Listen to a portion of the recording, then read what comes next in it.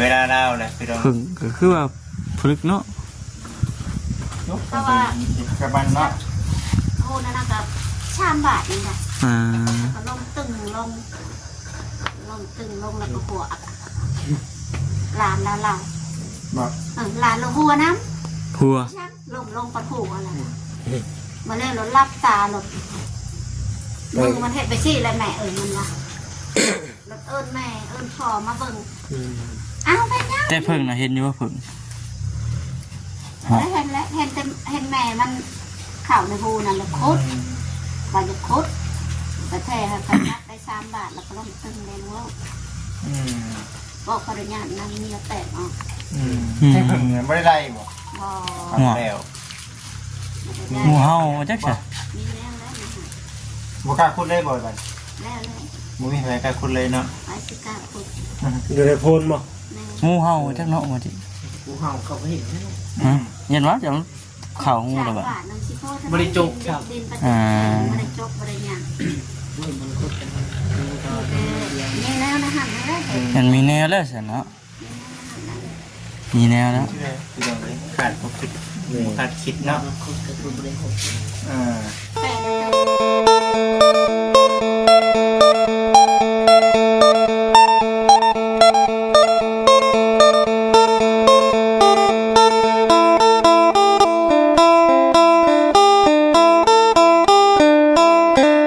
พี่น้องเนาะทักทายสบายดีเด้อพี่น้องเด้อเนาะสีกันเบิดสุขคนพี่น้องเอ้ย งูมากเลยจะแก้แบบงูมาใส่4 โมงเป็นงูมา แมวน่ะ สบายดี บายเด้อมีคนเสีย เอาเพิ่ง กระเพิ่ง เอาเพิ่งไปคุดเอาเพิ่งในคุ้มเนาะในโพนนี่มันนี่ไล่เลย ฟ้า นี่ลูกนี่น่าจะเป็นนั่นเนาะ เพิ่งคุมบ่น่ะตะลายเนาะเพิ่งคุมไหลเนาะ คนต่อเด็กน้อยผมมีวิธีเห็นประเด็น โอ้เด็กน้อยบ่ 13 ปีพอดีกี่เดือน พอดีมันพอดีขี้ดื้อเนาะ บุจักยา เป็นเนาะมี พอดีก็บุคคลเงินเนาะเมียเปิดคิดว่าผมเงินปุ๊บแล้วก้าวคุณเนาะ เอากันตัวเดียวนึงนะครับเวลามาต่อมาซื้อยังปัดแห่งย่านเลย เอาโมนี่ก็มาเดี๋ยวจะมาอัปเดตให้กับซีเบิ่งก่อน เดี๋ยว คือสิแล้วก็มีทั้งกันผู้รักผู้ใหญ่เพิ่นอยู่ว่าบ่จิตเอ้ยบ่ได้มาไข่บ่ซั่นมื้อว่าซั่นบ่ได้มาแล้วพี่น้องเนาะมาบ่ทักคือว่าเนี่ยมาแต่สวรรค์พุ่นได้จิตเองมาอัปเดตให้กับซีเบิ่งก่อนบรรยากาศนี่แหละก็เห็นพี่น้องน้องๆเพิ่นบ่ได้พักผ่อนพี่น้องเนาะ เดี๋ยวต้องหลายนอนเลยต้องหลับ นอนเลยเนาะ เห็นอยู่เสียมาก็3 โมงก็เริ่มที่กินเลย ทำเจ้าภาพเองเลยนะครับ โดย ทำเจ้าภาพเลยนะ ไม่ได้ว่าสับแล้วก็ตู้เมล กระโตไม่เลยนะ จะภาพเลยที่ ใส่ต้นไม้เรื่องทองเรือกับผม บ่ได้เนาะ ก็ได้แล้วคือพอแล้วคือ คือเห็นนั่นแหละเนาะ ซีว่ากันสนั่นอยู่ที่เราเลยเนาะได้สัก เป็นไปได้ติ บ่ได้ยาวได้สัก เป็นได้เมาบ่วิดเนาะบ่วิด ลบอยู่ในเงิน บ่วิดงานกันเนาะ ไอ้คนแรงงานคืองานคือจริงๆก็บ่ได้ งานเลยซีคุณเป็นบ่หักได้สักพี่น้องมันเป็นได้เราได้นั่นเนาะ กินเหล้าก็ติดโอ้ย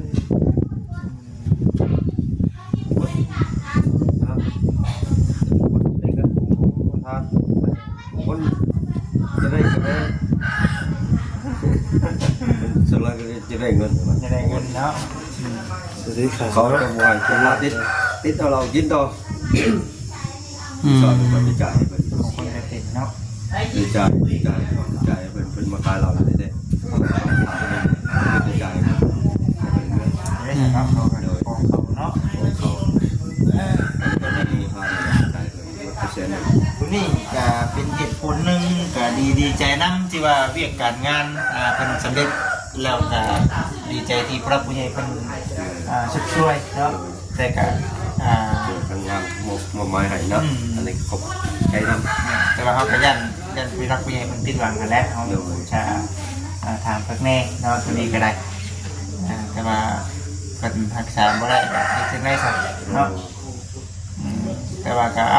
เพิ่นก็ได้บุญได้ศีลได้ทานคือเก่ากันได้เพิ่นก็ได้มีแต่ว่าเฮาก็ได้เบิ่งกันนี่แหละบัดนี้ลูกหลานเนาะลูกหลานเป็นจังได๋ก็ได้เก้าสิบใหม่ก็มาอีกกลัวไปโรงพยาบาลเนาะสายว่าลูกอยู่เต้าเป็นผู้ที่ต่อไป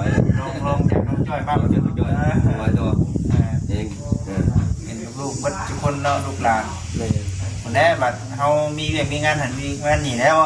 ใช้กันช่วยได้ช่วยเนาะเราลูกกาได้มีลูกน้อยก็เอาใส่ลูกกาก็จะได้ยกได้สินะแบบนี้ได้ช่วยเหลือกันแบบนี้แหละเนาะนั่นแหละที่เราถ้าเดียวสิไปน้องๆมันก่อนพักผ่อนตามสบายได้ตั้งเดียวเนาะแล้วจะไปเฮ็ดได้มื้อนี้บ่ให้เฮ็ดเด้อเนาะบ่ให้เฮ็ดเด้อได้มื้อนี้ได้บ่ไหวแล้วจ้ะคันเฮ็ดก็บ่ไหวแล้วบ่ได้เนาะเอามาทางนี้ก่อนประโยชน์ด้วยเนาะสบายดีเด้อสบายดีโดนเลยได้พอดไหมเมื่อคืนพอดนอนบางโลกคนไม่ได้นอนนะ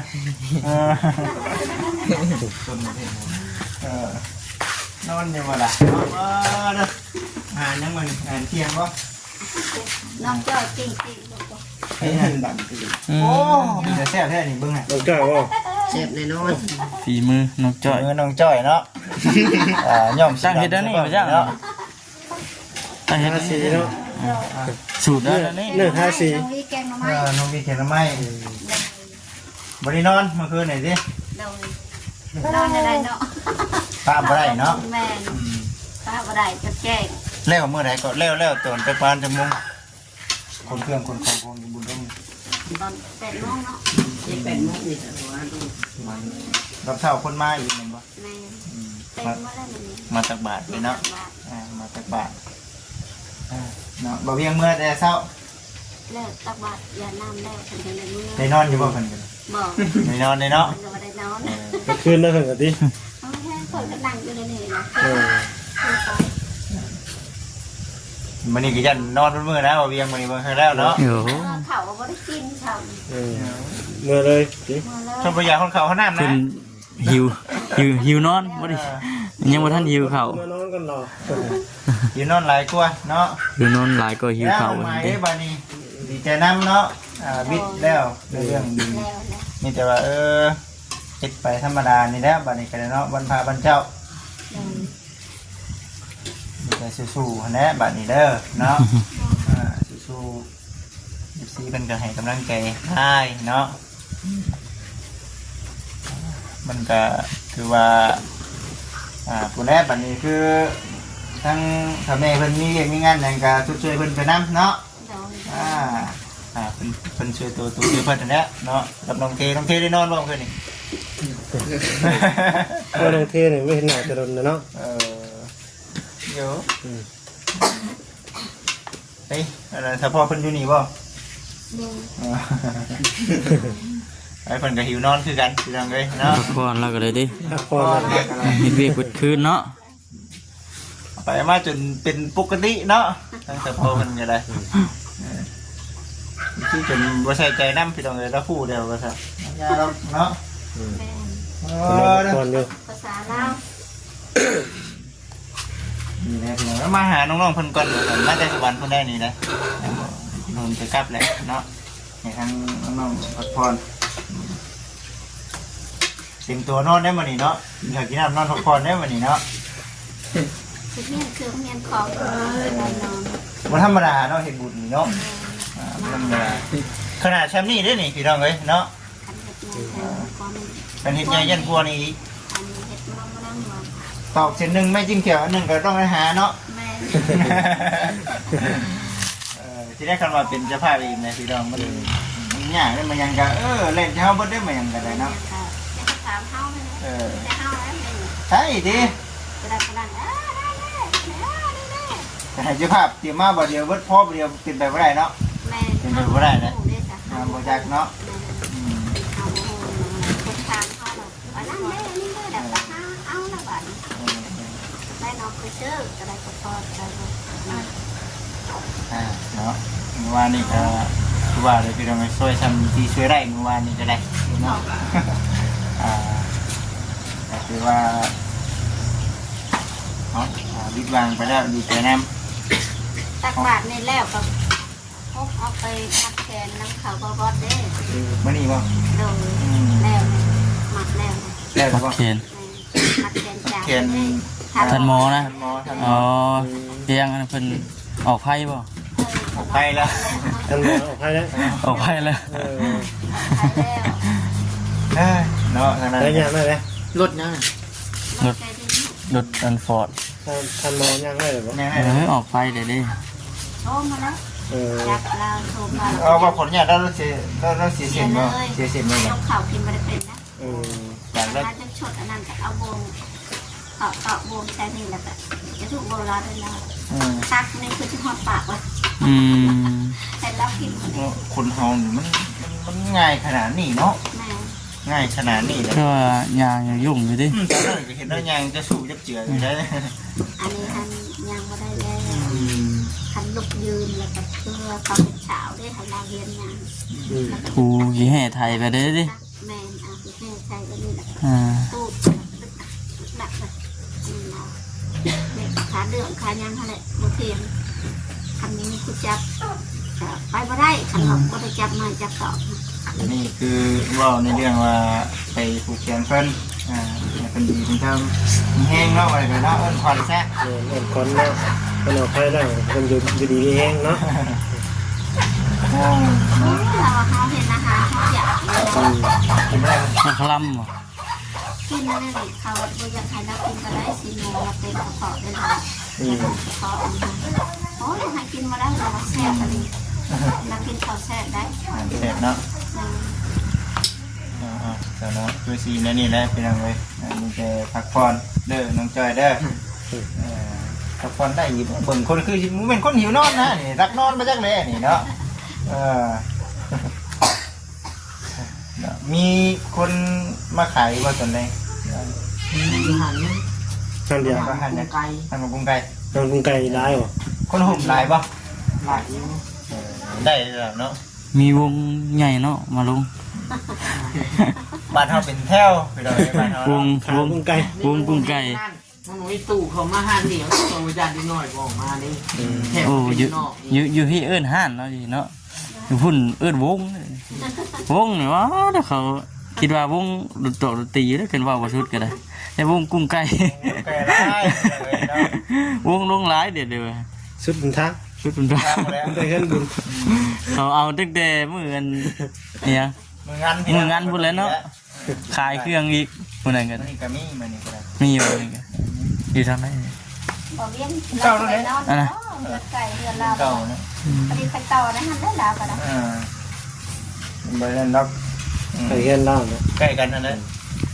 เราก็กิน โคตรจังหวะบ่เห็นเขาเก็บเครื่องเนาะป้าอ่านเลย ป้าหันเลย โต๊ะอย่างเขา หาย เลย ไปกับป้าหันเลย นั่นน่ะ ยังไม่ได้ลงไม่ได้ลงหรอกวันนี้ไม่ อัน ได้ ก็ชิคนกับบลายปนังมีคนตายหวานตอนทำอันหนึ่ง14 ปีวัน14วัน13นะกินทานเวลา14 14แล้วป่ะวัน โดนปี 14 ปีเนาะ มันเกิดแล้วเนาะมันเกิดสักปีแล้วก็ ปึ๊บ 15 เดือนน้องจ้อยเงินรถน้องจ้อยนิดนึงนะ อันนั้นแต่ว่ามันกับคนสูง สูงเลยเนาะ คนสูงกว่าน้องจ้อย สูงคนนั้น เนี่ยถึงเวลาไผเวลาเล่าเลยพี่น้อง พึ่งก็คือว่าพลึกเนาะ ยุบกระบันเนาะ โอ้นั่นก็3 บาทนี่แหละ อ่า ก็ลงตึงลงแล้วก็หัวหลานแล้วเรา บอก หลานเราหัวน้ พัว ำลงประผูกอะไรมาเล่นรถรับตาหลด มือมันเห็ดไปซี่แล้วแม่มันวะแล้วแม่พ่อมาเบิ่งเอาไปยัง แต่เพิ่งน่ะเห็นอยู่ว่าเพิ่ง เห็นแล้วเห็นแม่มันเข่าในหูนั่นเลยคดบาจะคดแต่แท้เขานับได้3 บาทแล้วก็ล้มตึงเลยลูกบอกขออนุญาตนำนี่แตกออก ให้เพิ่งบ่ได้ไล่บ่ พอ ครับแล้ว งูเห่าจักซะ มีแล้วแล้ว บ่กล้าคุดเลยบ่บัด แล้ว บ่มีใครกล้าคุดเลยเนาะ ไปสิกาคุด อยู่ในโพนบ่ งูเห่าจักเนาะว่าติ กูเห่าเขาก็เห็นนะ ฮะยันว่าจะเข้างูแล้วบัด บริจกครับบริจกบริญญานี่แล้วนะฮะแล้ว มันมีแนวแล้วซั่นเนาะมีแนวแล้ว ขาดบ่คิดขาดคิดเนาะแฟนน่ะเติบอยู่ของเดินในสวนตัวเอง มันหกเนาะ แม่เขากอดเขาจูบเขามือ หน่อยก็บ่น้อยปานใดเนาะคนก็เนาะ14 ปีเด้อ คือรับจักทหารเป็นหักบุญชิ้นมันไม่ค่อยไปดอก ถึงเวลาเพิ่นได้กินนั่นแหละถึงเวลา ยังน้อยก็ กับแบ่งกันไปอยู่ที่แน่อยู่คุณแน่ ก็เลยคนหน่อย ก่อน นี่ เวลาเนาะยังน้อย เลยคนหน่อยเพิ่นเอาน้องใส่ลาบ่ไว้ รับเลย รับแล้วเนาะ ไปเลยน้องชนะ ตั้งแต่แจ้งเลยเนาะต้องฉลาดเนาะ จะพามันจะเป็นนั่นนะคุณว่าสรุปเลยนะว่าสิถามหาอยู่กี่นี่เออ ฮะจะนอนที่ใช่ฮะจะนอนที่ มึงมานอนอยู่เรือ ใช่นั่งลิ้นนั่งด่า เห็นบ่ฮ่าฮ่า เซ่เซ่เซ่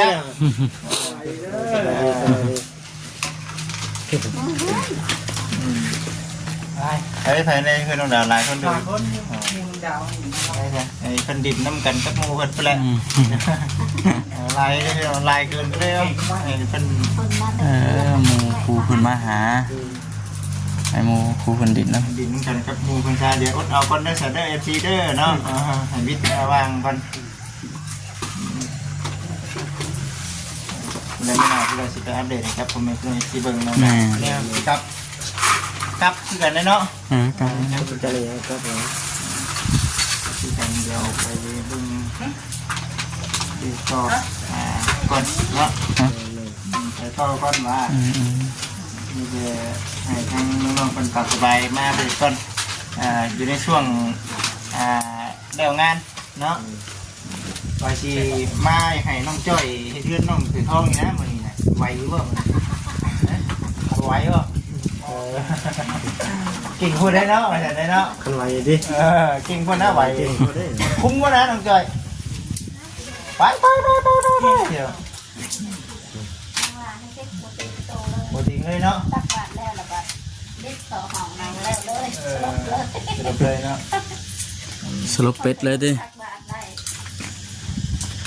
พูดแล้วเดี๋ยวพักผ่อนเนาะให้มีเงินมีแห้ง ไปจะพี่น้อยเนาะ งานเฮาต่อ วันนี้จะทั้งบ่คำแวะเวียนเข้ามาเท่านี้เนาะพี่น้องเมื่อวานนี้บ่ได้เข้ามาเนื่องจากว่าทางพระอาจารย์เพิ่นมาก็เลยติดตามไปน้ำเพิ่นอยู่พุ่นละคือตามที่คลิปนั่นแหละพี่น้องเนาะโอเคพี่น้องจังไดก็อยู่ดีมีแฮงเด้อเนาะสบายดี